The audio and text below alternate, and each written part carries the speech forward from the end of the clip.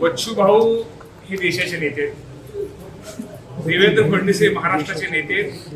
आजही तुम्हाला सांगतो, महाराष्ट्राच्या जनतेला आजही वाटतं, शेतकऱ्यांना वाटतं, सगळ्याला वाटतं की देवेंद्र भाऊंनी अजून 3-3.25 वर्ष जो 2029चा काळ आहे तोपर्यंत महाराष्ट्रामध्येच राहावं आणि या महाराष्ट्राला, या भारत देशामध्ये एक नंबरचं राज्य सर्व क्षेत्रामध्ये त्यांनी, देवेंद्र फडणवीस साहेबांनी त्यांना त्यांचं महाराष्ट्र राज्य एक नंबरचं राज्य करावं ही माझ्या सकट महाराष्ट्रातल्या सगळ्या जनतेची इच्छा आहे. याचा अर्थ 2029 नंतर त्यांचं केंद्रात प्रमोशन केलं जाईल असं म्हणायचंय का? मी 2029 म्हटलं, मी लय पुढे बोलत नाही, लय पुढच्या कापा मी मारत नाही.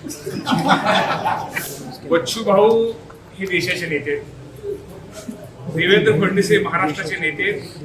आजही तुम्हाला सांगतो, महाराष्ट्राच्या जनतेला आजही वाटतं, शेतकऱ्यांना वाटतं, सगळ्याला वाटतं की देवेंद्र भाऊंनी अजून 3-3.25 वर्ष जो 2029चा काळ आहे तोपर्यंत महाराष्ट्रामध्येच राहावं आणि या महाराष्ट्राला, या भारत देशामध्ये एक नंबरचं राज्य सर्व क्षेत्रामध्ये त्यांनी, देवेंद्र फडणवीस साहेबांनी त्यांना त्यांचं महाराष्ट्र राज्य एक नंबरचं राज्य करावं ही माझ्या सकट महाराष्ट्रातल्या सगळ्या जनतेची इच्छा आहे.